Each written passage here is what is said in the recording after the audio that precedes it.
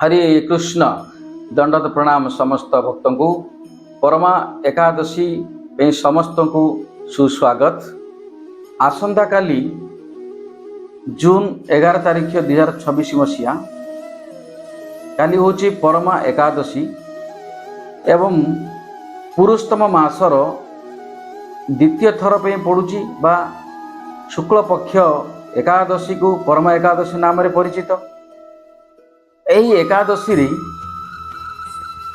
युधिष्ठिर महाराज भगवान श्रीकृष्ण को जानिया पे किछि प्रश्न करुछथि हे भगवान परम पुरुष दया करी मते ए एकादशी विषय टिके श्रवण कर। आ भगवान श्रीकृष्ण युधिष्ठिर महाराज को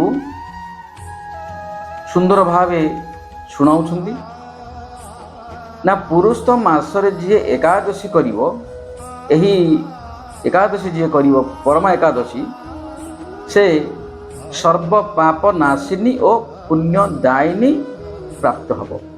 अर्थात सर्व पाप नाशिनी ता शरीर रु सबुदिन पे पाप सब धोई हो आउ एकादशी करले पुण्य फल प्राप्त हब। पुणी भगवान श्रीकृष्ण युधिष्ठिर को कही चली यही एकादशीटा भगवान श्रीकृष्णकर अति प्रियतम एकादशी। कौन सी भक्त यदि यही पुरुषोत्तम मासरे एकादशी करिवो ताहले भगवान विष्णु को प्राप्त हो पारिबे। यहाकू परित्याग केबे मध्य करिवे नै भक्त माने एकादशी को परित्याग करिवो नाही, याको जत्न सहकारे पालन करिवो। जे माने एकादशी को निष्ठा सहकारे करिवे से माने सुनिश्चित वैकुंठ को प्राप्त होइबे।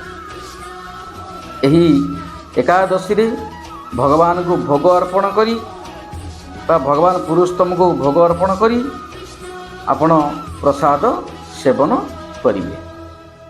दशमी और एकादशी रे समस्त भक्त मान को एटा गुरुत्वपूर्ण श्रवण करवा उचित।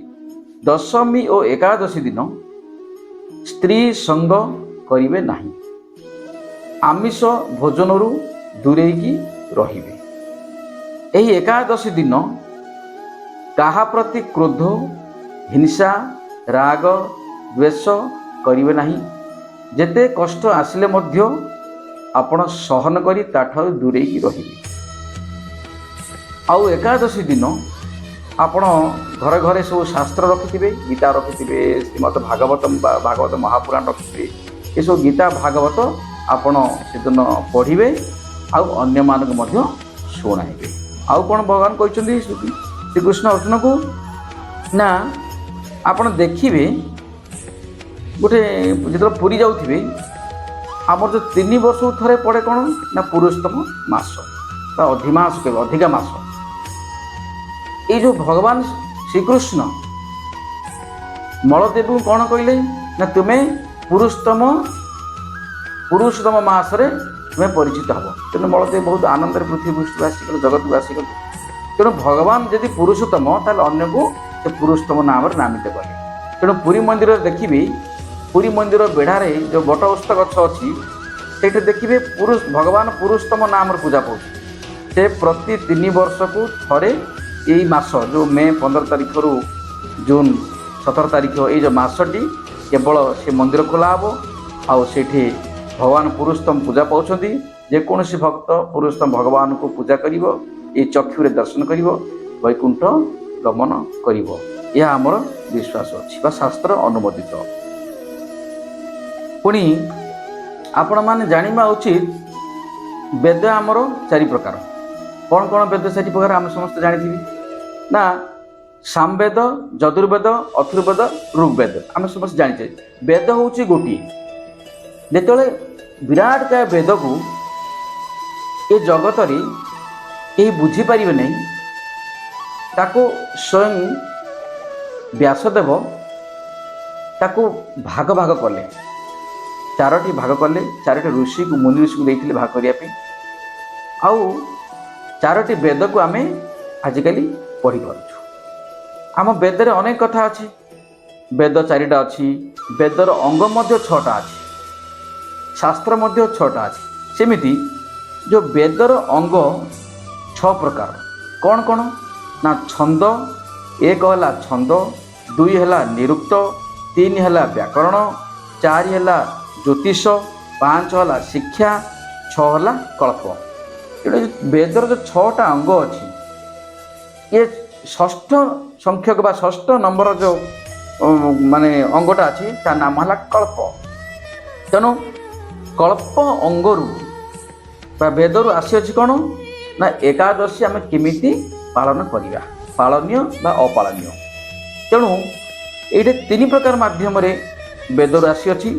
1 ହେଲା ନିର୍ଜଳା, 2 ହେଲା ସଜଳା, 3 ହେଲା ସଫଳା। ଏହାର ଅର୍ଥ କ'ଣ ନା ନିର୍ଜଳା ଅର୍ଥାତ୍ ଯିଏ ଏକାଦଶୀ କରନ୍ତି ନିର୍ଜଳା ଭାବରେ ଆମର ଏକାଦଶୀ କରିପାରିବା। ସେ କୌଣସି ପାନୀୟ ଫଳ ଶାଗ ସବ୍ଜି କିଛି ଖାଇପାରିବେ ନାହିଁ, ସେମିତି ମଧ୍ୟ ଆପଣ ଏକାଦଶୀ କରିପାରିବେ। ଦ୍ୱିତୀୟରେ କ'ଣ ନା ସଜଳା, ଯଦି କୌଣସି ବ୍ୟକ୍ତି କୌଣସି ମନୁଷ୍ୟ ନିର୍ଜଳ ରହିପାରିବ ନାହିଁ ତାହେଲେ ସେ ଜଳପାନ କରିପାରିବ, ପଣା ପାଣି ପିଇକି ମଧ୍ୟ ଏକାଦଶୀ କରିପାରିବ। ତା ସତ୍ତ୍ୱେ କୌଣସି ବ୍ୟକ୍ତି ଜଳପାନ କରି ମଧ୍ୟ ସେ ଏକାଦଶୀ କରିପାରୁନାହିଁ, ତା ଶରୀର ଅସୁସ୍ଥ ହୋଇଯାଉଛି, ତାହେଲେ ସଫଳା ଅର୍ଥାତ୍ ଆପଣ ଫଳ ମୂଳ ଖାଇପାରିବେ, କିଛି ରସ ଖାଇପାରିବେ ଏବଂ ବୈଷ୍ଣବଙ୍କ ମତରେ ଆପଣ କ'ଣ କ'ଣ ଖାଇପାରିବେ ସେଇଟା ଆମେ ଜାଣିବା ଉଚିତ।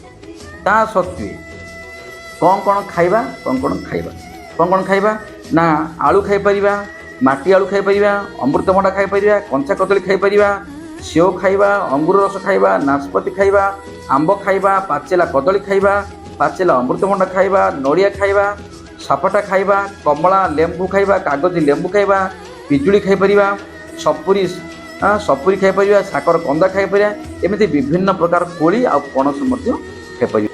ତାପରେ ଆମେ କ'ଣ ଖାଇପାରିବା ନା କ୍ଷୀର ଖାଇପାରିବା, ଦହି ଖାଇପାରିବା, ଛେନା ଖାଇପାରିବା ଆଉ ଘିଅ ଖାଇପାରିବା। ସବୁବେଳେ ମନେ ରଖିବେ ଭକ୍ତମାନେ, ଯେତେବେଳେ ଆମେ ବଜାରରୁ କିଣୁଛୁ କ୍ଷୀର, ଦହି, ଛେନା, ପନିର, ଘିଅ, ଏସବୁ ଖାଦ୍ୟ ଭଗବାନଙ୍କୁ ଅର୍ପଣ କରିବେ ନାହିଁ। ଏସବୁ ଅପମିଶ୍ର, ବିଭିନ୍ନ ପ୍ରକାର ସବୁ ପାଉଡ଼ର ମିଶୁଛି ଦହି, କ୍ଷୀର, ଛେନାରେ। ତେଣୁ ଗାଈ ଠାରୁ କ୍ଷୀର ଆଣନ୍ତୁ, ସେ ଗଉଡ଼ ଠାରୁ କ୍ଷୀର ଆଣନ୍ତୁ, ସେ କ୍ଷୀରକୁ ଆପଣ ଘରେ ଦହି, ଘିଅ ଏସବୁ ବନାନ୍ତୁ, ଭଗବାନଙ୍କୁ ଭୋଗ ଅର୍ପଣ କରନ୍ତୁ, ନହେଲେ ଶୁଦ୍ଧ ହେବ ନାହିଁ। ପୁଣି ଆପଣ କ'ଣ ଖାଇପାରିବେ, ଚିନାବାଦାମ ଖାଇପାରିବେ, ଖଜୁରୀ ଖାଇପାରିବେ, କୋଳି ଖାଇପାରିବେ, କାଜୁ ଖାଇପାରିବେ, କିସମିସ୍ ଖାଇପାରିବେ, ଗୋଲମରିଚ ମଧ୍ୟ ଖାଇପାରିବେ। ବିଭିନ୍ନ ପ୍ରକାର ଫଳ ରସ, ଆଖୁ ରସ, ବେଲପଣା ଓ ପଇଡ଼ ପିଇପାରିବେ।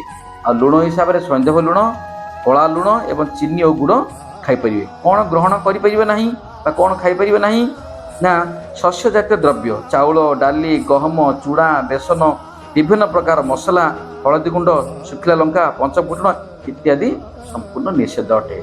ଏସବୁ ବୈଷ୍ଣବ ମତରେ ଆଚାର୍ଯ୍ୟମାନେ ନିର୍ଦ୍ଧାରଣ କରିଛନ୍ତି ବେଦଶାସ୍ତ୍ରକୁ ଅଧ୍ୟୟନ କରି, ଯାହା ଆମେ ପ୍ରତି ମାସର 2 ଥର ଏକାଦଶୀ ପଡ଼ୁଅଛି। ଏ ଏକାଦଶୀକୁ ଆମେ ନିର୍ଦ୍ଦିଷ୍ଟ ସହକାରେ ବା ନିଘା ନିଷ୍ଠା ସହକାରେ ଆମେ ଯଦି ପାଳନ କରିବା ନିଶ୍ଚୟ ଭଗବାନଙ୍କୁ ପ୍ରାପ୍ତ ହେବା, ବୈକୁଣ୍ଠ ପ୍ରାପ୍ତ ହେବା, ଏଥିରେ ଏଳେ ମାତ୍ର ସନ୍ଦେହ ନାହିଁ। ହରେ କୃଷ୍ଣ।